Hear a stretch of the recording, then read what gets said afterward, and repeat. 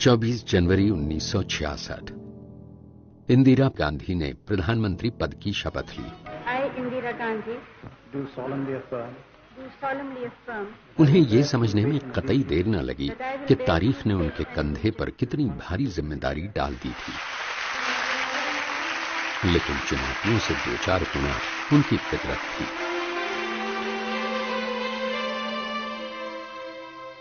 हमारी पहली प्राथमिकता है अनाज और आर्थिक प्रगति। खाद्यान्न की कमी, सूखा और भूखमरी जैसी बीमारियों से देश ग्रस्त था। 1966-67 के सूखे में तो ये हालत थी कि कुछ ही हफ्ते का खाद्यान्न बचा था। कृषि के क्षेत्र में आमूल परिवर्तन की योजना तैयार हुई। जरूरत थी ऊंची गुणवत्ता के बीजों और उर्वरकों की। मेहनतकश किसानों के हाथों को जैसे जैसे ये सहयोग मिलता गया, देश में खाद्यान्न की पैदावार बढ़ती चली गई। 1978 तक खाद्यान्न का उत्पादन बढ़कर 3 करोड़ 71 लाख टन तक जा पहुंचा। वैज्ञानिक उपलब्धियों ने भारत की मिट्टी में सानकर जिस क्रांति को जन्म दिया, उसे हम गर्व से हरित क्रांति कहते हैं। ये इंदिरा गांधी की दूरदर्शिता ही थी कि आज भारत न सिर्फ खाद्यान्न में आत्मनिर्भर है, बल्कि उनका निर्यात करने में भी सफल है। ये वो खूब समझ चुकी थी कि आर्थिक सुधारों के जरिए ही सामाजिक सुधारों को मुमकिन किया जा सकता है। 20 जुलाई 1959 में इंदिरा गांधी ने देश के बैंकों का राष्ट्रीयकरण कर दिया। लाखों छोटे किसानों और दूसरे स्वरोजगारियों के लिए एक बैंक ही पूंजी का स्रोत है। वो पूंजी अपनी स्थिति सुधारने के लिए प्रयासों का मुख्य आधार है। उन्होंने फिर जाहिर कर दिया कि भारत जैसे देश के लिए वो नीतियां ही क्या जो सबके हित में न हों और जो समानता का रास्ता न दिखाएं। 1971 के आम चुनाव लोकतंत्र के इतिहास का तब का सबसे बड़ा आम चुनाव था। 15 करोड़ लोगों ने 520 लोकसभा क्षेत्रों के लिए मतदान किया।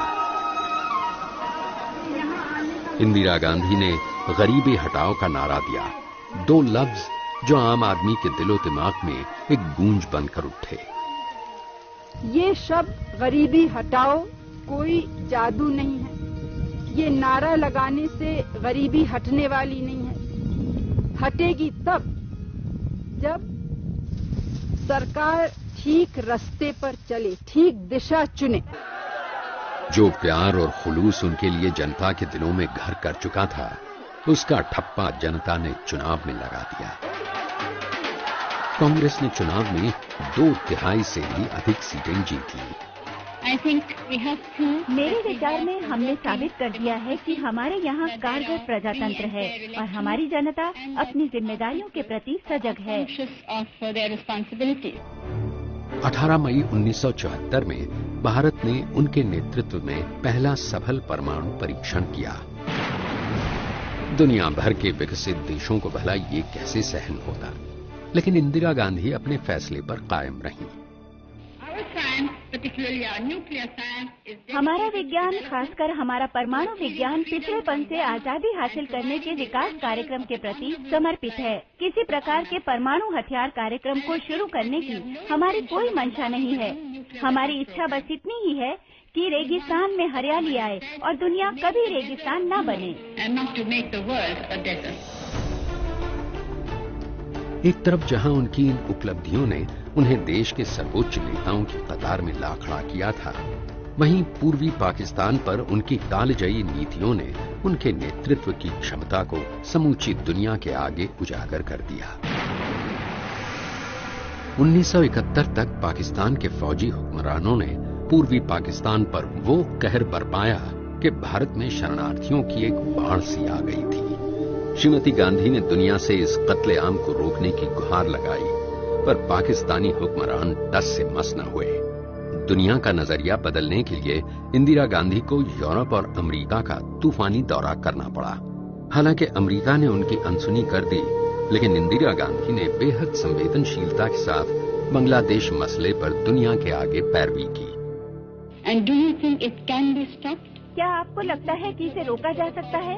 क्या लोग चुपचाप बैठ जाएंगे और अपनी औरतों के सम्मान पर हमला देखते रहेंगे और कहेंगे कि हमें तो चुप रहना है?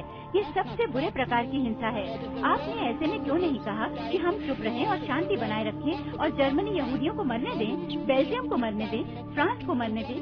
क्या ऐसा करना शांति बनाए रखना होता? बहुत खराब स्थिति होती अगर विश्व सच्चाई के प्रति जागरूक न हुआ होता, अगर हमने उसका ध्यान अपनी ओर न खींचा होता। When we first drew their attention.